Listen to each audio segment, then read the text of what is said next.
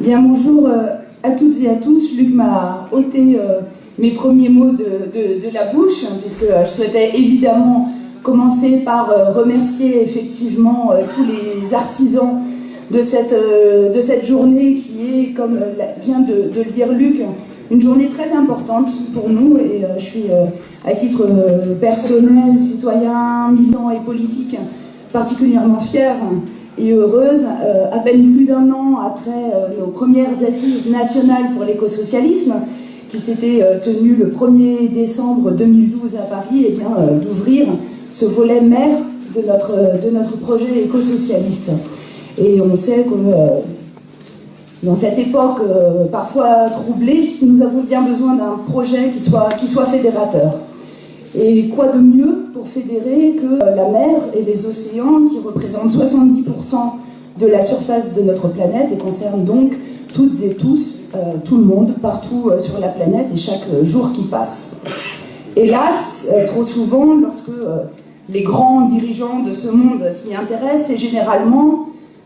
lorsqu'ils y découvrent de nouvelles ressources naturelles à les piller, par les forages offshore notamment, ou alors quand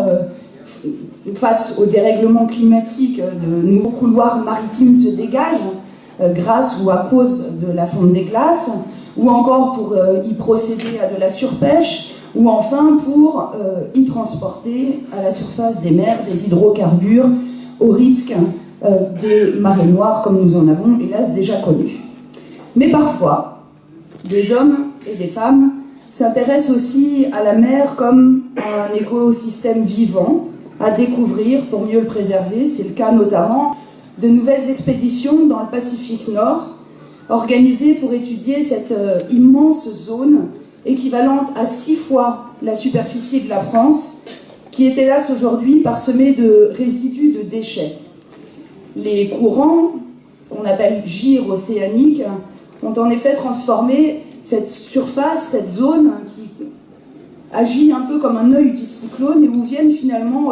se stocker en fin de course tout ce que notre société consumériste produit de pire. On y trouve jusqu'à 30 mètres de profondeur des microparticules de plastique, du mercure,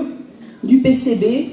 du DDT et du bisphénol à une concentration 1 million de fois plus élevée que dans le reste des océans. Alors se pose un certain nombre de questions très concrètes. Que faire de toutes ces particules, de tous ces résidus? Comment les traiter? Doit-on les retirer en utilisant des flottes de chalut ou au contraire essayer de les utiliser sur place? Il y a des projets notamment dits artificiels permettraient d'utiliser sur place ces déchets qui sont déjà stockés et qui pourraient servir de matériaux de construction par exemple. Mais grâce à quels moyens? Avec quel type de recherche, quel type de financement, sachant que cette zone se situe en dehors des eaux nationales et de toute zone économique et qu'en conséquence, aucun État ne s'en sent directement responsable. Si je prends cet exemple, les questions très concrètes qui en découlent, c'est parce qu'elle me semble, cette question frappante de la manière dont nos modes de production et de consommation, la manière dont les décisions de politique publique qui sont prises sur la terre ferme impactent directement ce bien commun de l'humanité qu'est la mer. De cette mer, nous tirons pourtant de nombreux services écosystémiques, de nombreux bénéfices pour les femmes et les hommes qui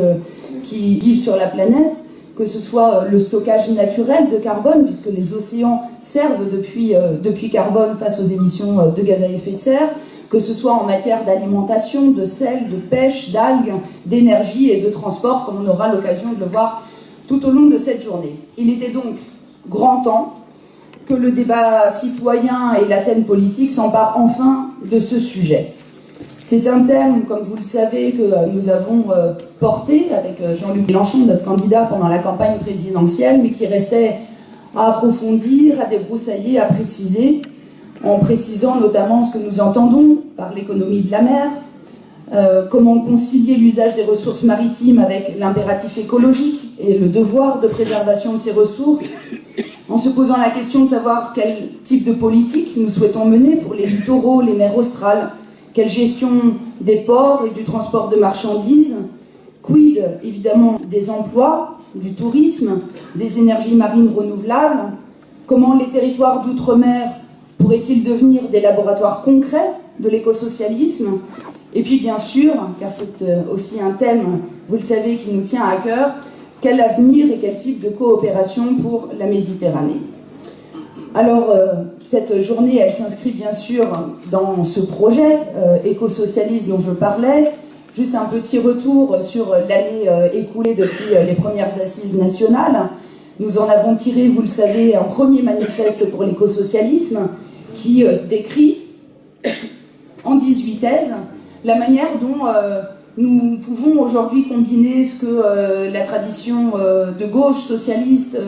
ouvrière a produit de meilleur, et puis aussi ce qui a été produit de meilleur par les différents courants de pensée de l'écologie politique, afin de réaliser une nouvelle synthèse à gauche et d'avoir un projet alternatif au capitalisme, au productivisme actuel que nous puissions mettre en débat, mettre sur la table et proposer à nos concitoyens. Ce manifeste, depuis un an, vit une grande et belle vie. Il a été présenté et il continue à être présenté au cours d'assises départementales de l'écosocialisme, donc des répliques qui ont lieu un petit peu partout en France, et puis il s'exporte de mieux en mieux également, puisque nous l'avons déjà présenté avec Jean-Luc Mélenchon dans différents pays d'Afrique du Nord, d'Europe, et qu'il est aujourd'hui traduit dans 8 langues,